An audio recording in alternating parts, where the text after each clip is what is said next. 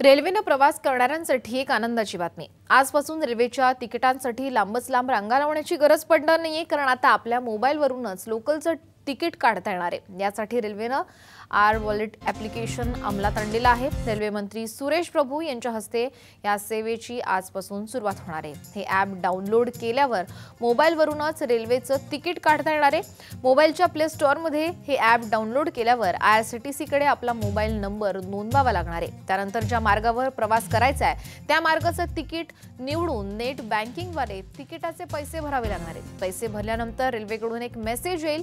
या मेसेजवरून स्टेशनवरच्या मशीनमधून तिकिटाची प्रिंट मिळणार आहे। त्याचप्रमाणे मेट्रोचं स्मार्ट कार्डही अशाच ऑनलाईन पद्धतीने रिचार्ज करणं शक्य होईल।